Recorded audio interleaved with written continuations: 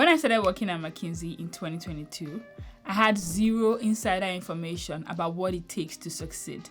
Before I joined, I had over 100 coffee chats with other consultants, but I still found myself unprepared for the realities of working at the world's topmost management consulting firm. I joined thinking it was the best career move I could have made because you have opportunity to work on exciting projects, meet new people, learn about different types of businesses, and travel around the world. Boy, was I wrong. There's so many nuances and caveats to the generic advice or information about McKinsey and management consulting firms that can materially change how you view the job or the firm. There are many things I wish I knew before starting that would have made my journey smoother, easier, and maybe led to a different outcome. If you're considering a career in management consulting, maybe you got an offer from McKinsey and you're trying to decide what are the things I need to know before I start working or before I accept this offer, then this video is for you.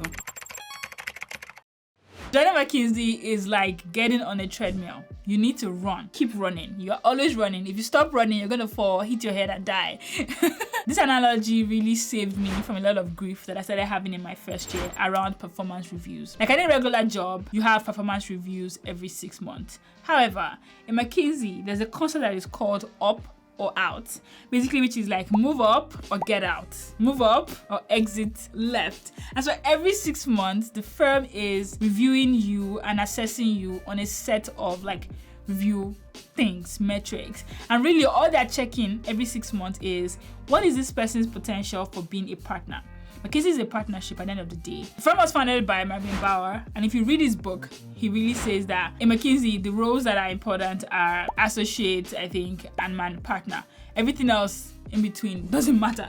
So when you come into the firm, you are really on a race, you're on a treadmill to making partner, and the firm is assessing you every 6 months on your likelihood, your potential, of making partner. The firm has something called a leadership growth model, LDM, leadership development model, that they're reviewing you against every 6 months. They're well described, but also very vague because it means different things for different people. I can apply the LDM in one way, and you can apply the LDM in different ways.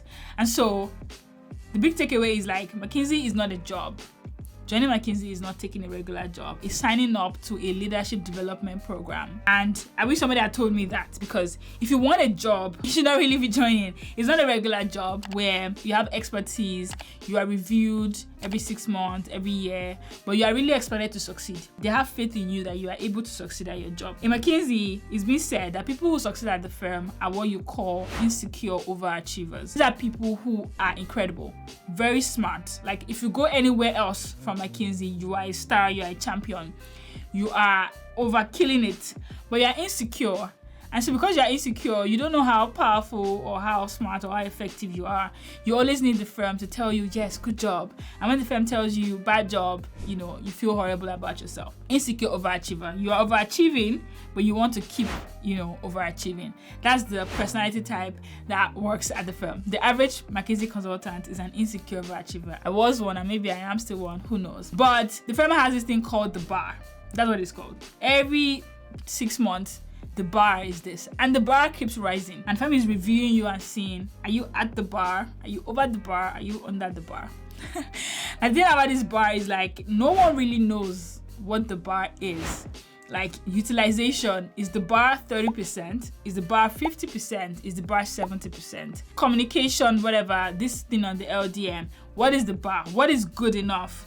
What is great? What is A+? No one really knows what the bar is, and that's what makes it anxiety prone and very deceiving, is that you are on a race, but you don't know when you've scored the race because the rules are unknown to you, the grading system is unknown to you, and when you do score the race, no one really tells you. You get a rating, your rating is really good for only 6 months.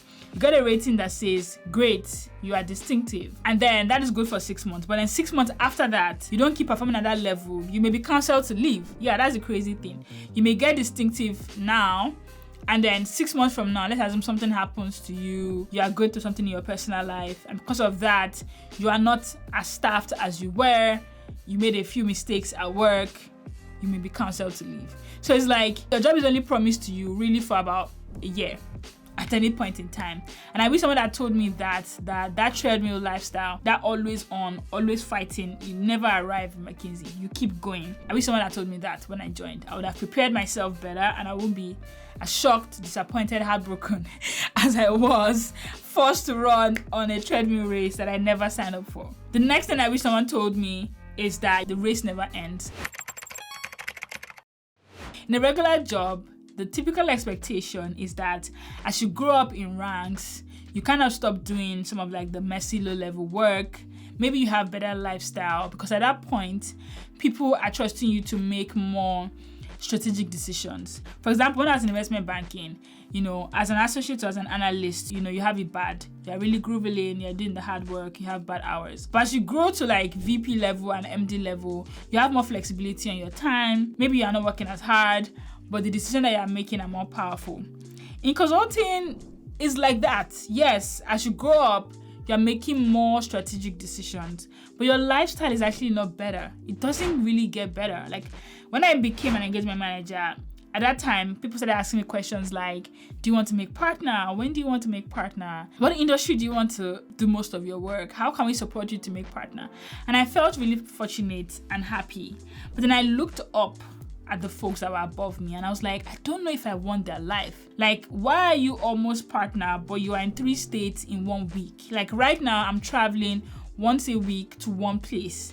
If I had to travel 3 times a week to 3 places, I don't know if I'll be able to keep it together. But I'm looking at you and I'm seeing that. I'm seeing that you're online by 1 a.m. I text you by 1 a.m. and you reply me immediately. I text you by 11:30 that, can we have a call tomorrow morning? And you call me right back. Something is wrong. This can't be the life.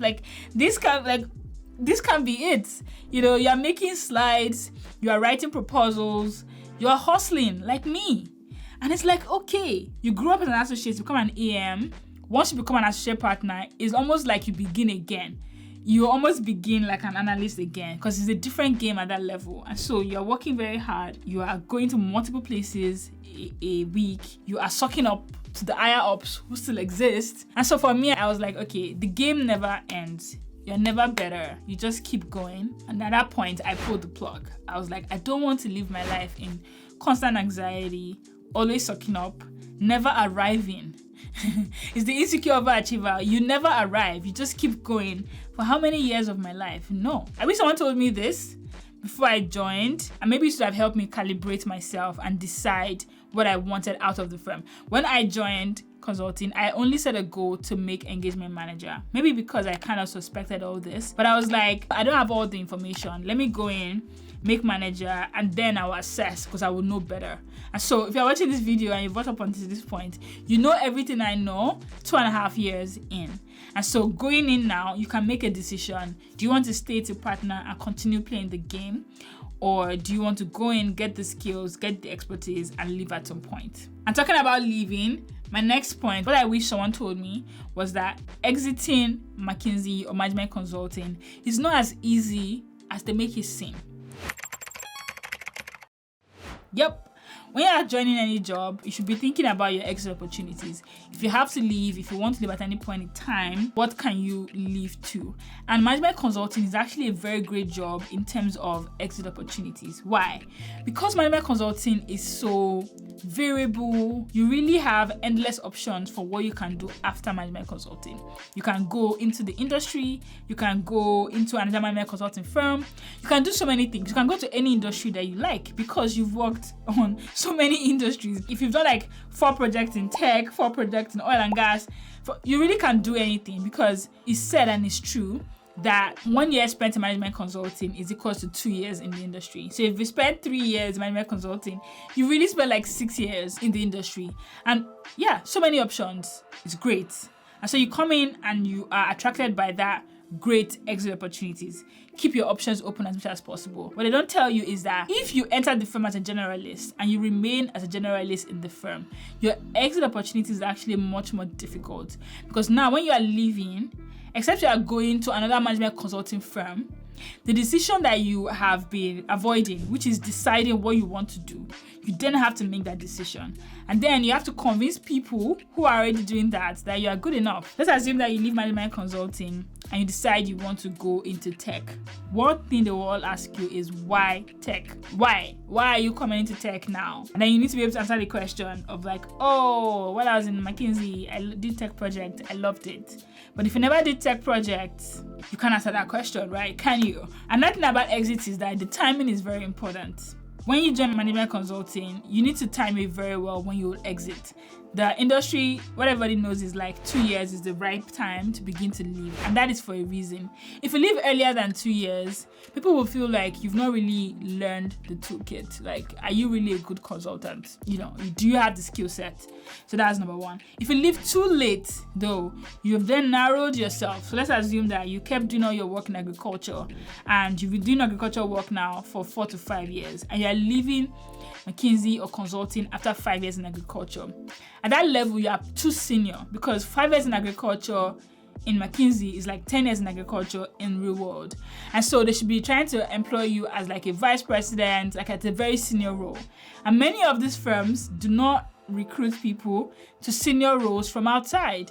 You have to go into the firm and grow. So what happens for you is like, you're too senior, you're paid a lot. Management consulting pays a lot of money.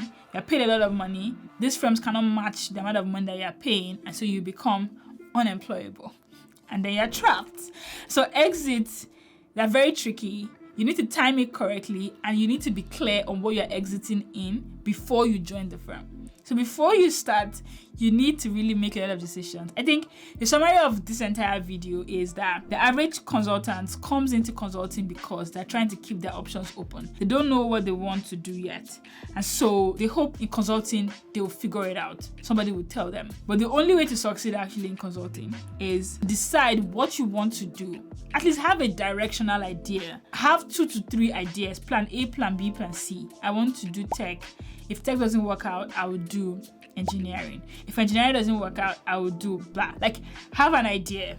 And then when you come into the firm from day one, you want to be loud and clear about what you want to do. I want to do tech projects. And you want to keep doing that, keep networking in that area, use all the firm's resources, use their internal library, use everything to develop your expertise in that area and continue to do work in that area. Then before you come in, you need to decide as well, where am I exiting to? Am I trying to go for a VP position in a tech firm? What are you trying to exit? And then determine how many years do I need to stay here.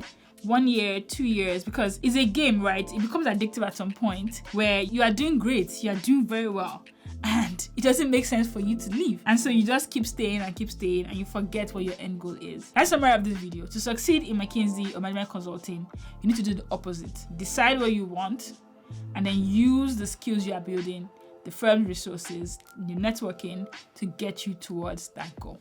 If this video resonated with you and you are curious about how to build a successful, high-earning 6-figure career, then you're at the right place.